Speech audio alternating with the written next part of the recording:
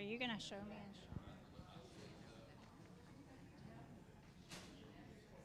I'm going to introduce you, and then you can go. Good morning. Welcome to our Sunday Forum here at St. Stephen's. We're going to go ahead and get started. We are excited to welcome the Reverend Katherine Bush, who, if you were at 9 o'clock, you just got to hear her preach. If you're going to be at 11:15, you will hear her preach then.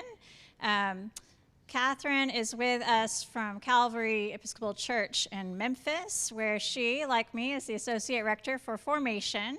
And before that, she's worked at a few other places in the Diocese of West Tennessee.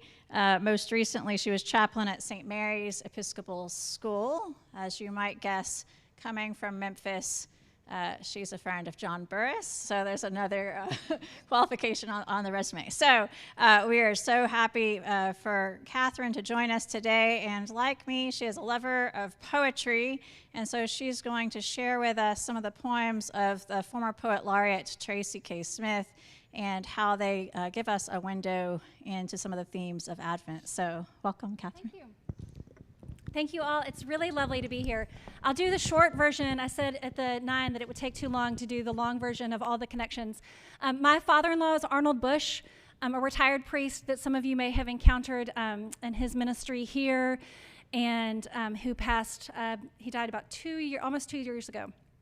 And I have a sister-in-law here. My dad is from Birmingham. He went to Indian Springs. So I've been coming to Birmingham the day after Christmas pretty much all my life, because it was always the in-laws, the folks' place to come.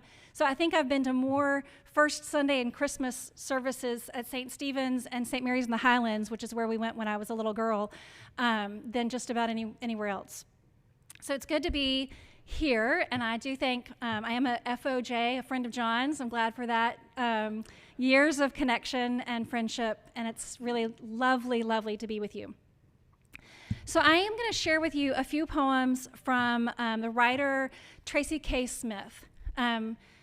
Tracy K Smith is an American poet. She's still living. She's a contemporary writer. She was the Poet Laureate in the mid-teens. It says on your packet from 2017 to 2019. And she won a number of awards and kind of lofted to whatever kind of poetry fandom there is, which is a really low bar for fandom in the land of poetry, with her text Life on Mars, which are wonderful poems, and also through her poetry not only explores some kind of cosmic ideas, but also tells the story of her father, who was a scientist with NASA. And so she's a really kind of full American backstory. The poems that we're going to look at today all come from a singular collection called Wade in the Water.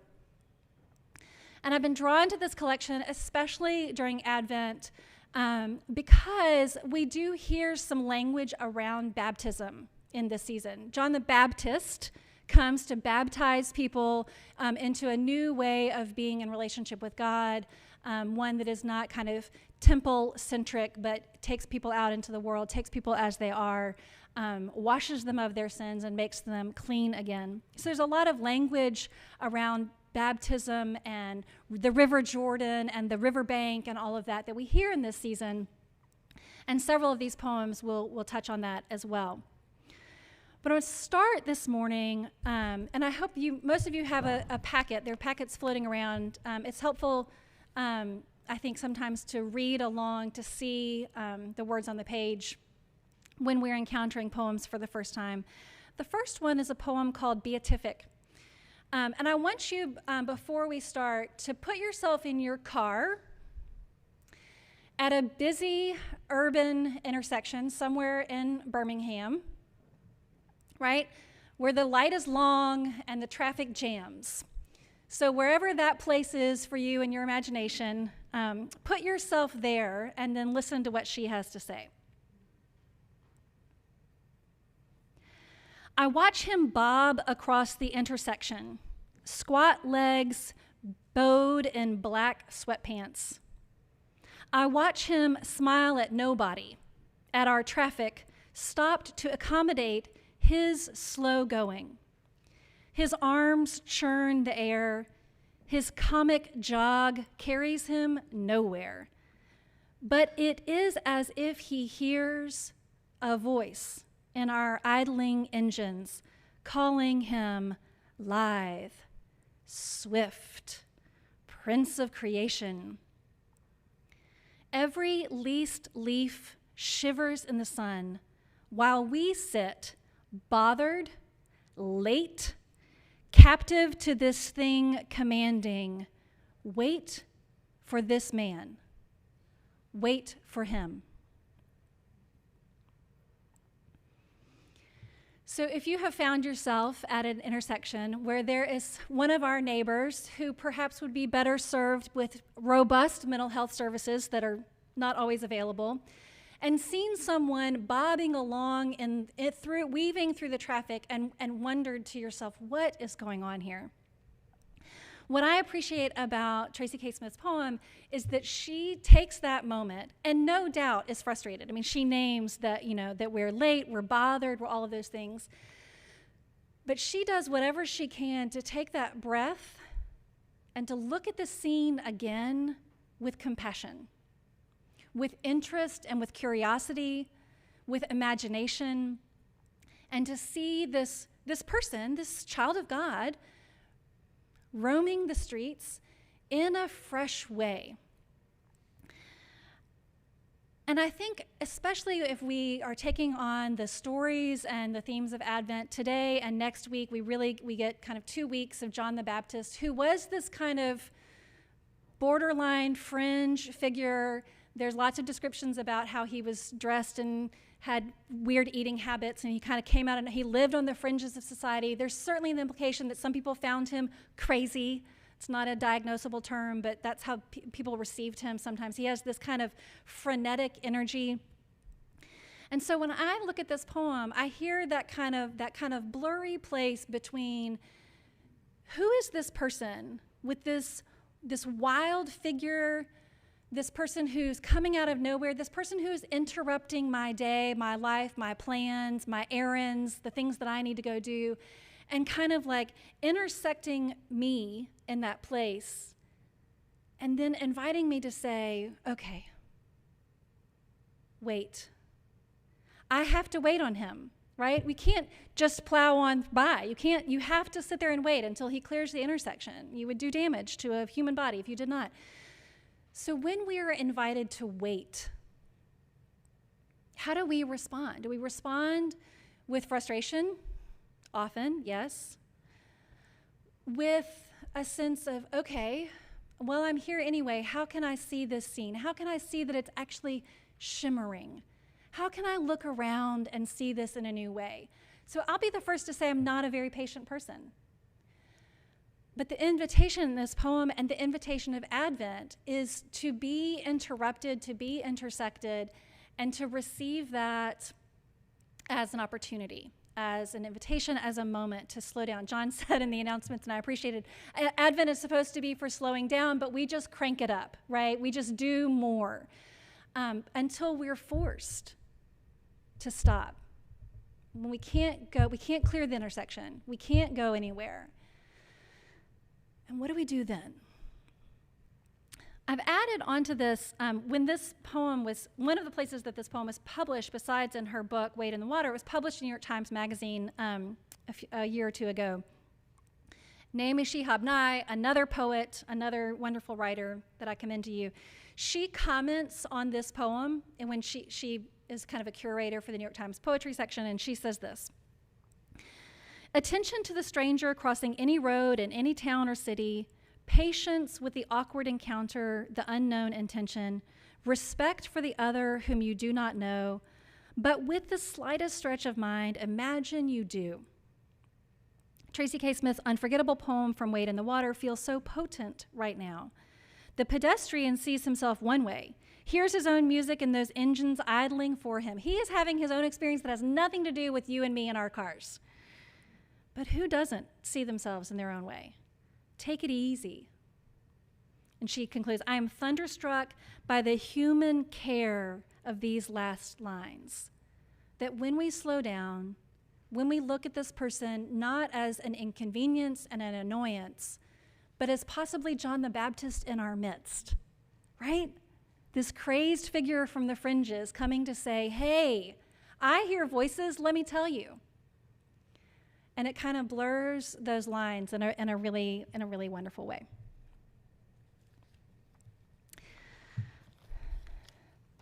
I think I have too many poems for us today, so I'm going to do some quick deciding. I think we'll do Hill Country for sure. We'll do that. So that's on the next page is a poem called Hill Country.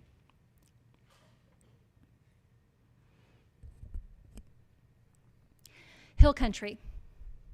He comes down from the hills, from the craggy rock, the shrubs, the scrawny live oaks and dried up junipers, down from the cloud bellies and the bellies of hawks, from the caracara stalking carcasses, from the clear sun-smacked soundlessness that shrouds him, from the weathered bed of planks outside the cabin where he goes to be alone with his questions. God comes down along the road with his windows unrolled so the twigs and hanging vines can slap and scrape against him in his Jeep, down past the buck caught in the hog trap that kicks and heaves, bloodied, blinded by the whiff of his own death, which God, thank God, staves off. He downshifts, crosses the shallow trickle of river that only just last May scoured the side of the canyon to rock, gets out, walks along the limestone bank, castor beans, cactus, scat of last night's coyotes.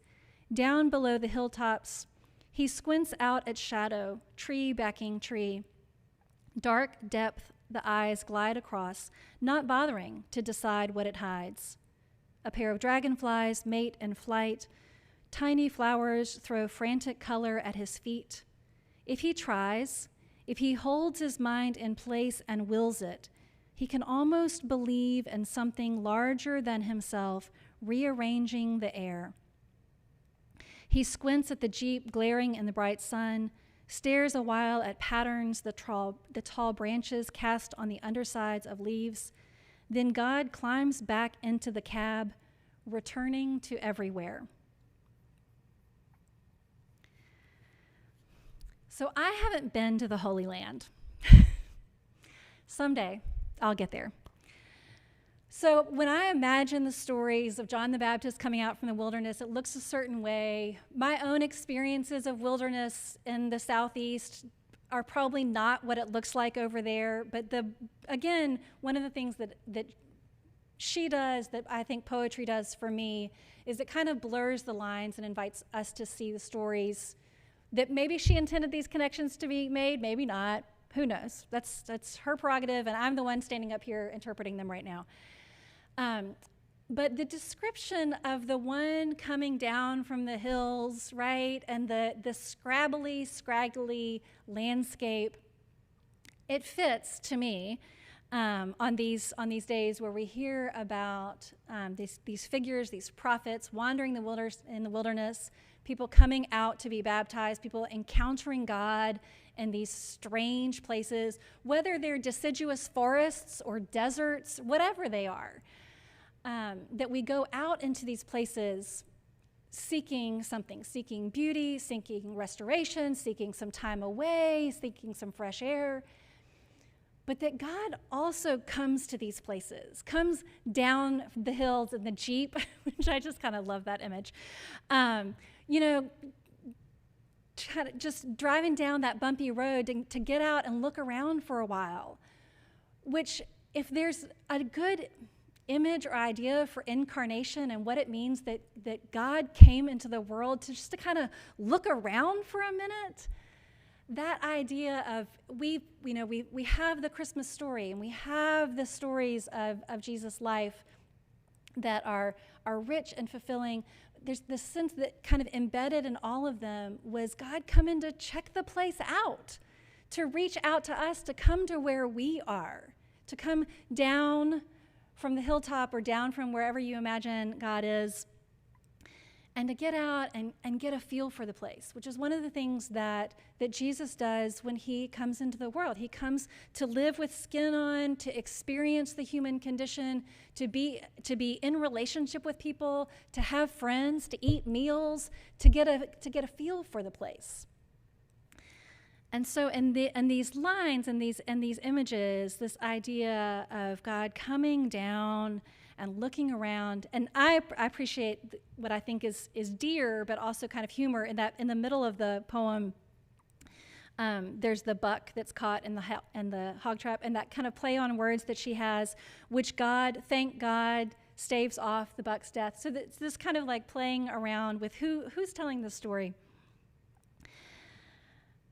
And then at the end, if he holds his mind in place and wills it, he can almost believe in something larger than himself rearranging the air. And again, for me, this is slow down language.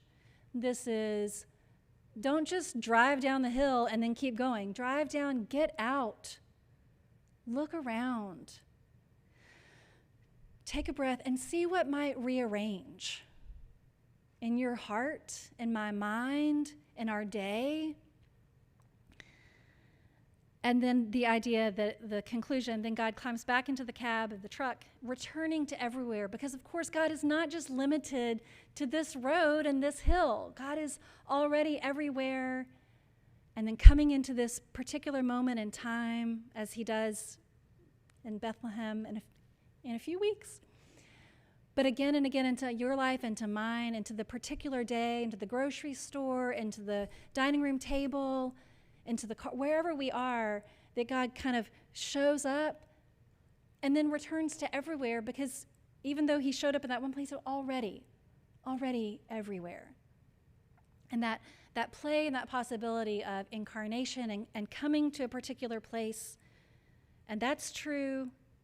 And so is the idea that God is also simultaneously everywhere in a way that kind of blows my brain, because my brain is this big. And so for the layers of the language and the stories that we hear in this season, and then the hope and the idea, the theology that God is particular in this place, in this room right now with us, and in the church down the street at the same time. It's not just here, right? And out in the woods, out and somewhere else. Is an invitation and an idea of the kind of the wideness and reach of God.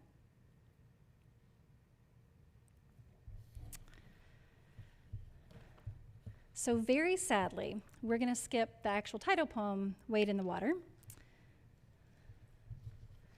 I think we can do two more. We'll do the angels and we'll do an old story. So go back and read Wade in the Water. She writes that, it tells you in the little author's note about the Geechee Gullah ring shouters, which is an experience over in South Carolina of these folks who reenact the story of coming out of slavery and baptism language, and it's beautiful. Another time. So we'll read the angels.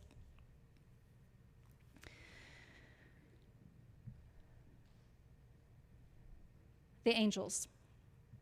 2 slung themselves across chairs once in a motel room, grizzled in leather biker gear, emissaries for something I needed to see. I was worn down by an awful panic, a wrenching in the gut contortions. They sat there at the table while I slept. I could sense them with a deck of playing cards between them. To think of how they smelled, what comes to mind is rum and gasoline. And when they spoke, though I dared not look, I glimpsed how one's teeth were ground down almost to nubs, which makes me hope some might be straight-up thugs, young, slim, raw, who bounce and roll with fearsome grace, whose very voices cause faint souls to quake. Quake then, fools, and fall away. What God do you imagine we obey? Think of the toil we must cost them. One scaled perfectly to eternity, and still they come telling us through the ages not to fear. Just those two, that once, and never again for me since. though there are they sightings, flashes, hints. A proud tree in vivid sun, branches swaying in a strong wind, rain hurling itself at the roof, boulders, mounds of earth mistaken for dead does, lions in crouch, a rust-stained pipe where a house once stood, which I take each time I pass it for an owl. Bright whirl, so dangerous and near, my mother sat whispering with it at the end of her life, while all the rooms of our house filled up with night.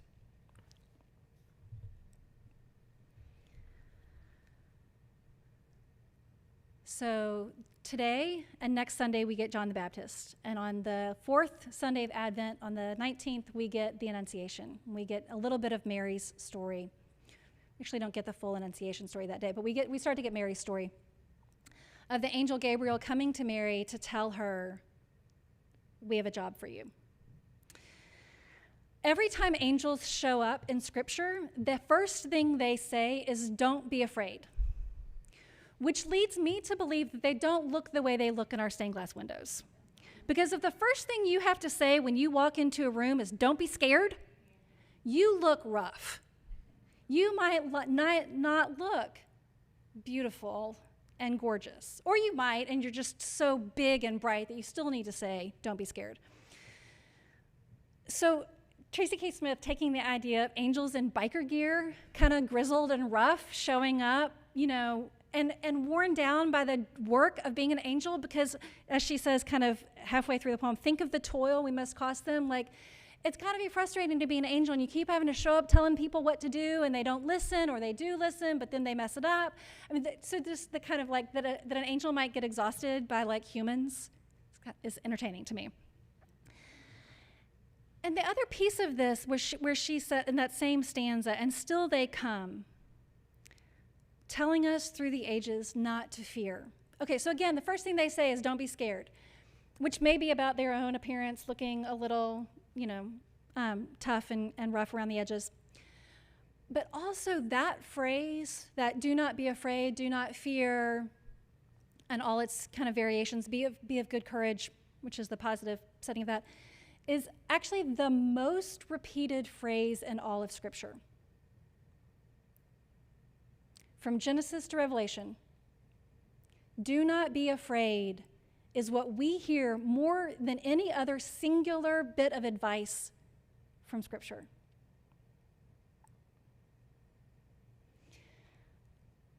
I have to take a breath with that.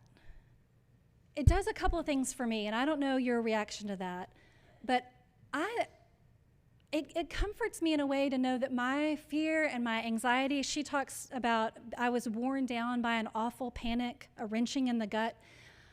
Maybe I'm not the only one. Maybe you're not the only one who is fearful and worries and is scared sometimes. Because if for several thousand years, the thing we've needed to hear most often from God and from God's messengers is don't be scared, then I'm not alone in being scared.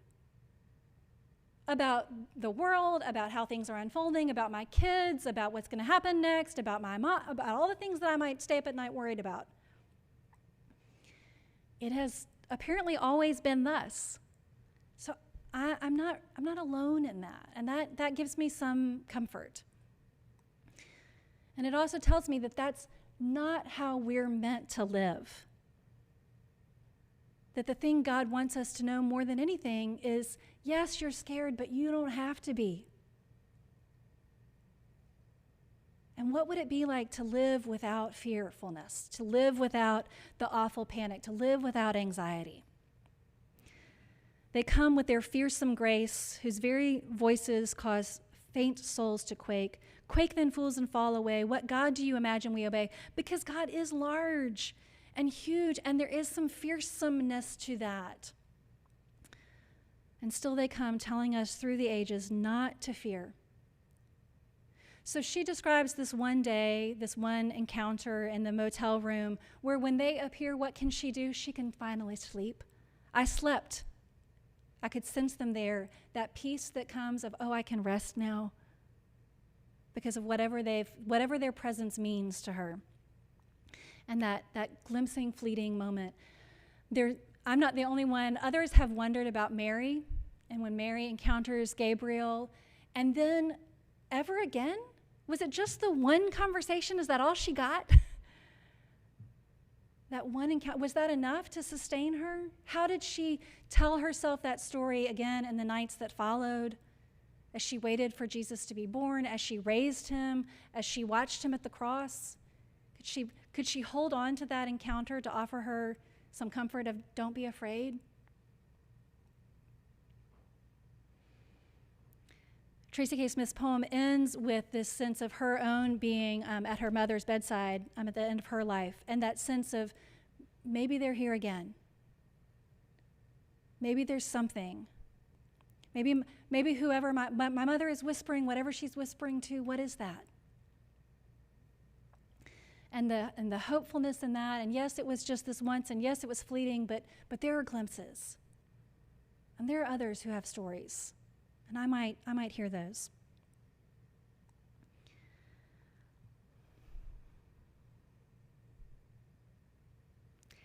The last one is called An Old Story.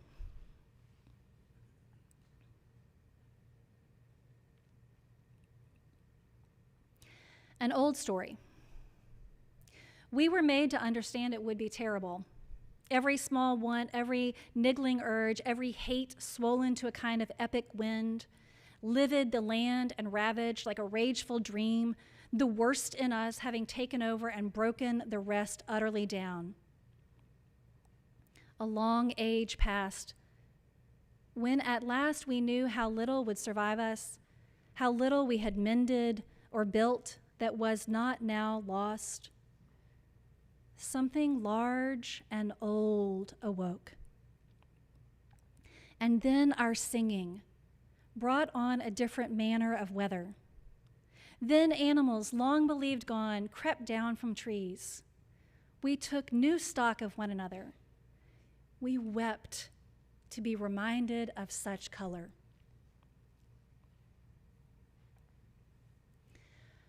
One of the things that I spoke about this morning in the sermon is this idea that the prophet's messages can be tough and hard to hear because they do come to say, y'all ain't doing it right.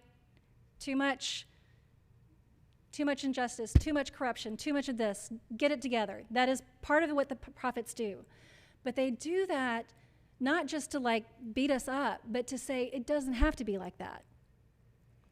It doesn't have to be terrible. We don't have to live with anger and distorted relationships and brokenness and fear. There's something else on offer.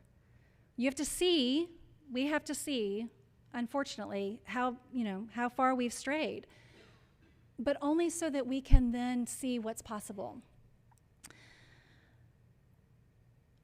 When as the poem unfolds, and she's set us up with the kind of the livid, the land, and ravaged, and the rage. And there's just so much anger out there. And then she says, we awoke again in a new age, in a new time. And then our singing brought on a different manner of weather. Animals we believed long gone crept down from trees. We took new stock of one another. We wept to be reminded of some such color. Again, that it could be beautiful, y'all. It could be amazing. Something large and old awoke. I don't know if any of you are C.S. Lewis Narnia people. In the Narnia story, there's this idea that there's deep magic and then there's deeper magic. There's a story that the White Witch knows, and if this doesn't mean anything to you, just tune out for a minute. But then there's a story that Aslan, that the deeper story, there's an older story, older magic that he knows, and that's what's going to restore the kingdom. It's going to break people out of their statued, frozen lives in the winter into this colorful, beautiful world. We have these old stories. We have these centuries-old stories and scriptures and poems and histories. And then we have somebody brand new who, again, isn't necessarily offering this as biblical interpretation and commentary, but that allows us to see the story in a new way and to remember the promise and the idea is that we live in color. We live with singing, and singing is coming back after some COVID not singingness. And we're seeing each other, and we're together, and we take new stock of one another. And that when we think about what the kingdom that's coming into the world, what the story means in these few weeks of Advent and in the Christmas season to come, is that it's meant to be more. We're meant to not be living cowering in fear, not to be separate, not to be broken, not to be angry, not to be impatient with the guy at the traffic light, not to be so broken from each other. But it could be so much more. It could be beautiful. It could be paradise, to borrow a phrase from this morning.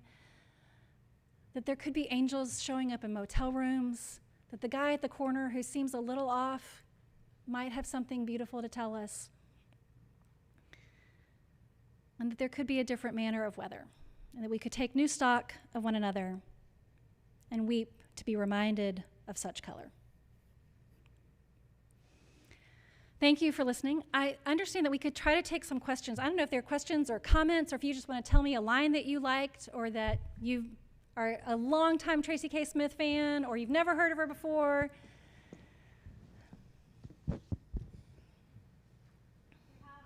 I have a mic I can bring to you so that people watching at home can hear your question as well. Something that you or comments liked or didn't. I'm open to that. If you're like, this lady is crazy. Yeah. Wait, Susan, hold on a second. No, you have to. But I need you to say it. I am, because I don't know you. So yay. Okay, so I'm a self-care advocate. And the old story definitely reminded me of something that I tell people that I talk to, that it's not necessarily that you have to change your circumstances. What you can change is your apprehension of them. Mm-hmm. And so it's taking the time to be still, to pause, to absorb, and create another reality inside you. And so this really brought that back and up to me again. Thank you. I love that. And I too have come to learn through time that we are always telling ourselves a story. Like right now, every single person sitting in this room is telling themselves a story about today. Right? How are you feeling? Do you feel good about what you're wearing? Who's sitting next to you? Where's the other person? How long is this girl going to talk about poetry? What time is, we're all doing that. What's for lunch? What happened before I left the house? What's waiting for me when I get back? What's going on at work? The narrative is all the time. You're not the only one who does that. Again, it's kind of comforting and kind of disheartening at the same time that we're all doing it. And so to tell ourselves, if we can get a little bit of that space, like you're saying, take a breath. Mindfulness is great for this. I could do a whole class on mindfulness. And see the thoughts. What is the story that I'm telling myself?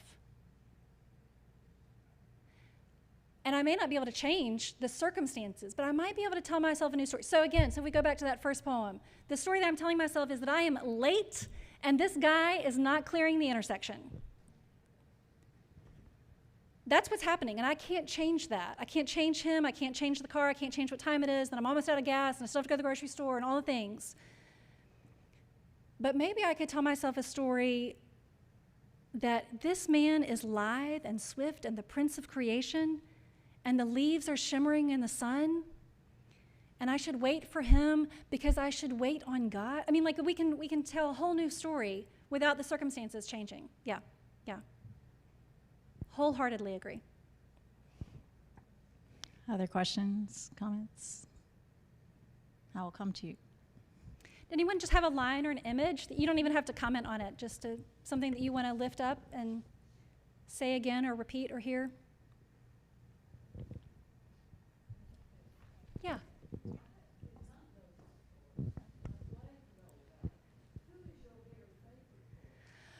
Who is my favorite poet is a hard question to answer. The reason that I love poetry is because of Mary Oliver. My favorite poet is a fleeting. Tracy K Smith's my favorite today. She's my favorite right now. I've spent some time with her this fall. I've been reading through a series of her collections. But so I don't know. Yeah, it depends on the day and the mood and what I'm looking for. Who is your favorite poet today? Oh, Elizabeth Bishop. Excellent. Yep, absolutely. Anyone else? It does change. It does. We need different voices at different times. It's like asking me my favorite Bible story. I'm like, well, not all of them, but a lot of them, and it changes, you know. Some days it's Mary and Gabriel, some days it's Mary Magdalene in the garden, some days it's Sarah, it's just, yeah, so. Or your favorite kid. Who's your favorite kid? Tricky, don't answer. Anyone else? John? We took new stock of one another. Yeah, right? Because we think we know. I think I know you. You think you know me. I think I know how this is going to go. I think I know what this is going to be like. They're always this way.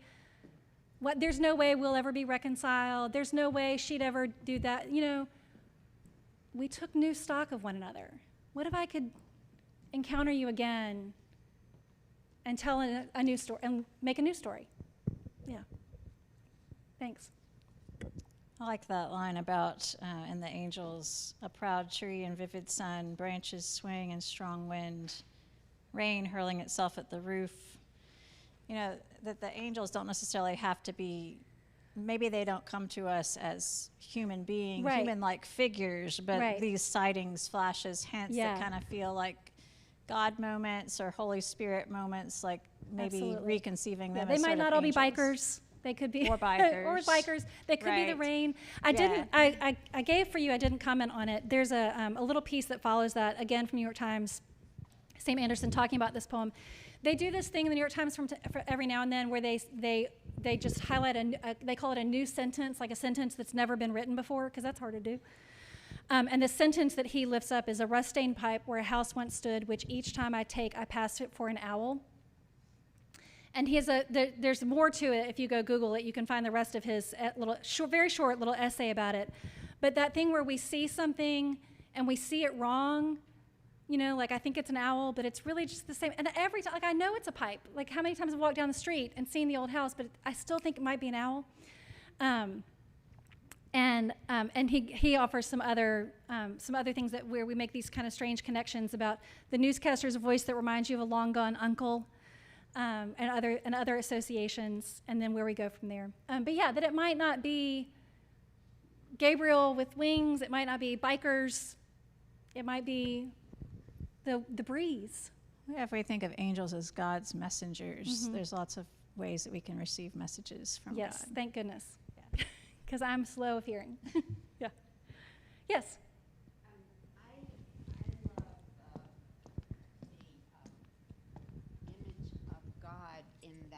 First poem that we read, the Hill Country.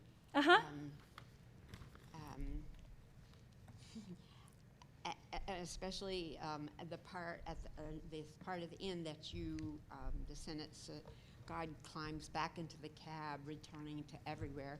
I love that, and I was reminded this is such a different iconoclastic kind of image of God, but there's a singer-songwriter whose name I cannot remember. She's a woman, and she has a song that's called "God is a Wild Old Dog," and it's a wonderful song. But I'm going to have to go find that song. I don't know God is a Wild Old Dog. God is a wild old dog. I do. I appreciate what you're saying about this kind of like, are we allowed to say God's driving in a Jeep? Like, are we allowed to you know, like talk about God like this? And it is, I think sometimes we need a little fresh, kind of something to kind of shake us out. I mean, the stories are so familiar.